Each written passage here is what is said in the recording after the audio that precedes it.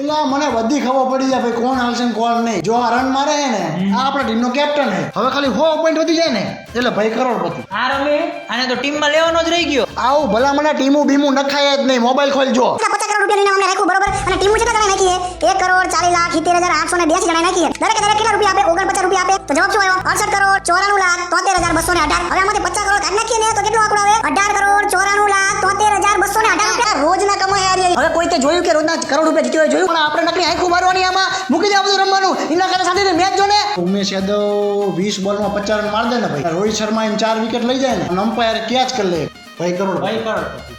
જો તો ભાઈ આ ટીમ બરોબર છે.